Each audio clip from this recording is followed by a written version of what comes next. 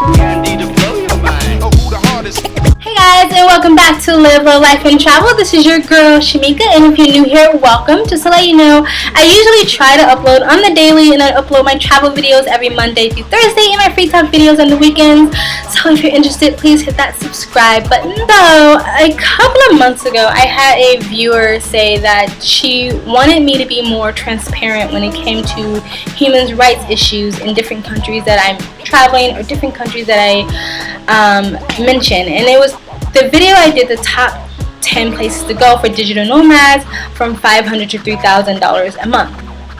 And I think maybe she mentioned it because it's a reason why these places are cheaper, because a lot of these places are considered either third world or developing countries. And people kind of see third world developing countries as, a lot of people in poverty, people living in the slums, poor people, begging people, and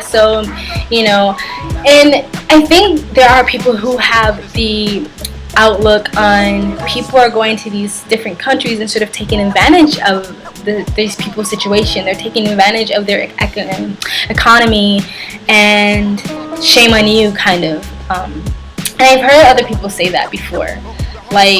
You're going, you're throwing these locals pennies while you're living it up in someone else's country where they can barely afford to pay for a meal, something like that. And I get that. I can see that point of view of the person who thinks that way. First of all, you have to understand that people who visit different countries, developing or third world, are actually helping that country, because you are adding to their economy. You are creating jobs for the people who are living there, so they can put food on that table. I must admit that a lot of travelers who come here can probably live a different lifestyle than some of the locals here, but not everybody is impoverished. But yeah, they're a third world and developing country for a reason. I also wanted to say that just because Europe or America are considered first world countries, or even other parts of Asia like China or Japan, doesn't mean they don't have human rights issues. For instance, LA has one of the largest underground prostitution rings in America, Los Angeles. And so you can say and some people also feel by tourists supporting the economy in places that have human rights issues, you're in some way actually catering, adding, and supporting the people who are marginalizing the less haved in their country. How am I wording that? Then you are helping the corrupt stay corrupted in these developing countries by going there and supporting their economy. So by saying that, you can say everyone who lives in LA is helping add money to the largest child prostitution ring in America. Anyone who lives there, anyone who pays rent, anyone who buys groceries, then you are supporting these people. And I don't really think that's fair to say. I understand that point too, but I feel unless you are actually directly affecting that, if you heard that a certain town is known for child brothels and you still go there, then yeah, I can see that maybe then you are more affecting and adding money and helping the corrupted stay corrupted. By just visiting the country as a whole, no, I don't see that as you're helping keep these people down. I think you are just helping the economy. You're actually helping build jobs for these people and helping them uplift their own lives, not directly really, but indirectly.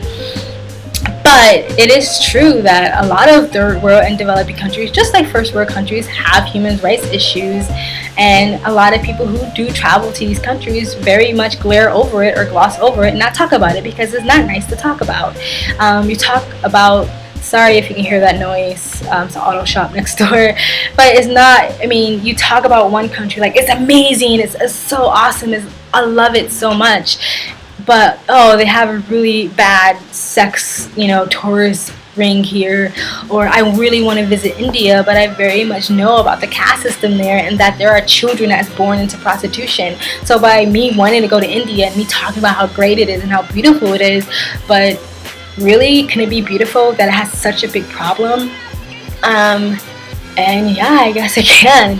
But I understand that, and it's true that a lot of travel vloggers or people who go to these countries don't talk about this stuff, because it's like, first of all, you're gonna talk about it unless you're gonna help the situation. So I talked about Half the Sky and Girl Rising are actually two places that do help young girls in developing and third world countries sort of get out of situations like abuse or child prostitution or poverty, or in situations where they're not gaining an education. So if you do want to help in any way, you can always visit girlrising.com.org or halfthesky.com.org, and you can add to their community. But the sex tourism here in Thailand is a big one, especially in Pattaya, Bangkok. Like, people, a lot of men, and I'm sure women, come down here and take part in that, in the red light district.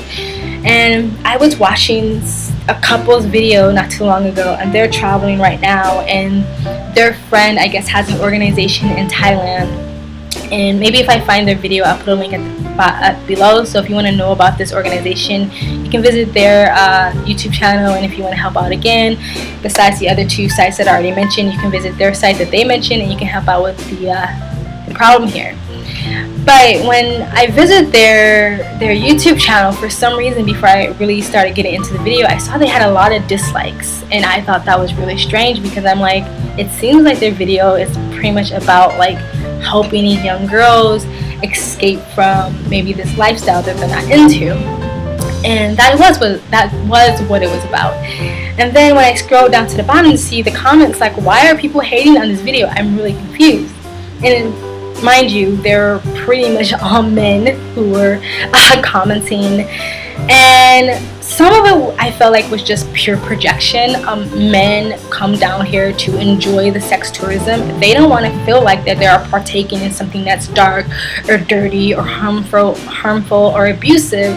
They want to keep the fantasy going. They want to feel like these girls want to have their big, fat, hairy, sweaty bodies sliding all over them. No, not all of them are big, fat, hairy, or sweaty. I'm just saying.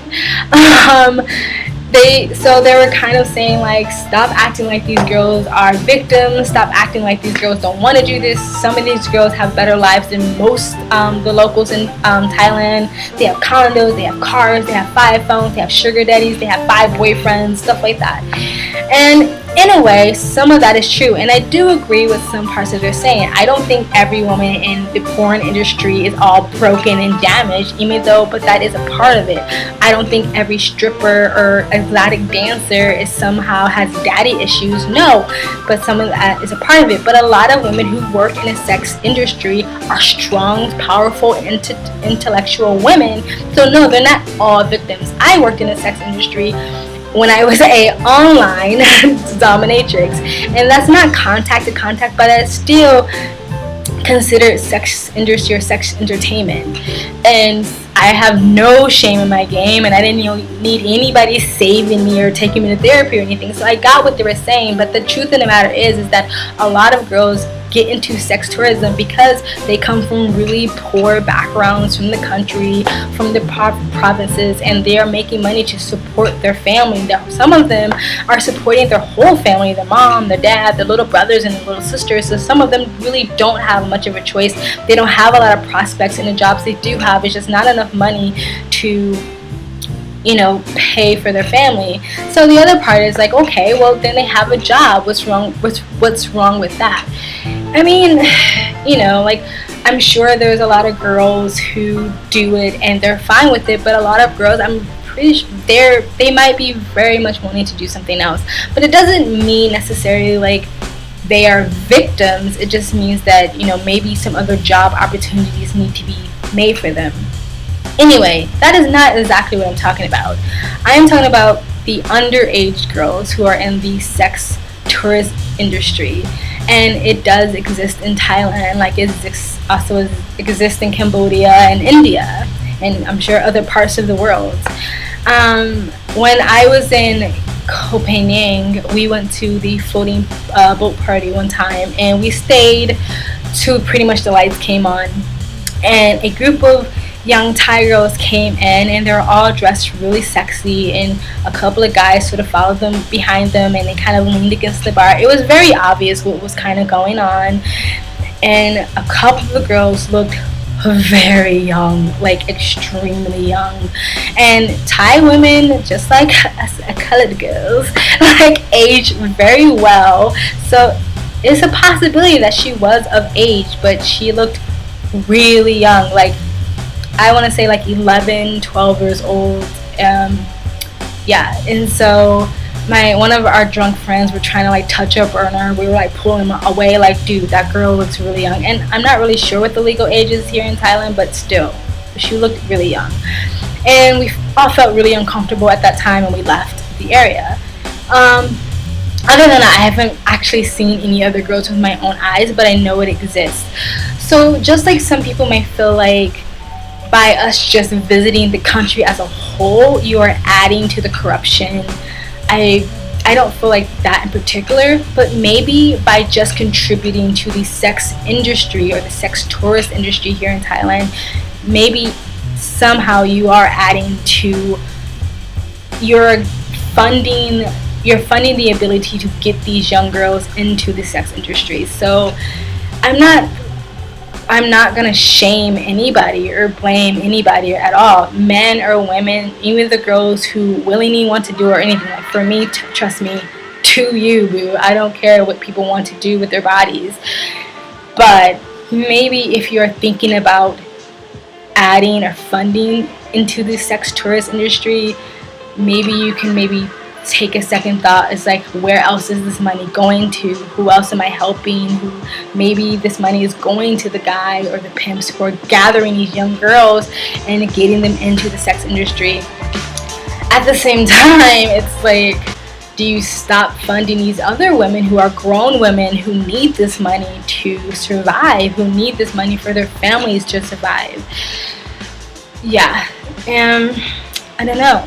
That is a more question, I guess, you have to ask yourself individually. I'm not judging anybody, but I do know it happens, and it's really sad and it's really heartbreaking. If anybody ever wants to watch a documentary that will really polarize how heartbreaking it is, it's a documentary called Whores and Glory, and it was on Netflix. I don't believe it's on Netflix anymore, but I'm sure you can download it from somewhere. But it followed 3 different sex tourist places. One was in China, one was in Mexico, which that was also very depressing. The one in China was actually really interesting, but they also did one in India at a brothel where like 90% of the girls were 5 years and up, and it was startlingly horrific. It was horrible. One of the saddest documentaries I've ever seen. So maybe it's an eye-opener to say, like, maybe next time I think about that, I wonder where the rest of this money is going. Is it, are these girls taking all the money? Do they have pimps? Where is it trickling down to? It's just like when you buy bootleg, a lot of that bootleg money trickles somewhere else that's not good, like gangs and mafia and stuff like that, or drug rings and stuff like that. So just understand where your money is trickling down to. But I guess somebody can very well say that about me for just being in Thailand as a whole. But anyway, that is my video. I have no problem talking about like human rights issues. I'm not trying to not be transparent, and I have talked about it a little bit in other videos, and I will continue to talk about them as they come up. So tell me what you think, guys. Give me your thoughts in the comment section below. You know how it is. We're a community. Be open with your feelings. And like this video if you want to like this. Share this video if you want to share it. It really helps, guys. And if you want to continue to follow me on this crazy game called life, please subscribe. And thank you from Live, Love, Life, and Travel.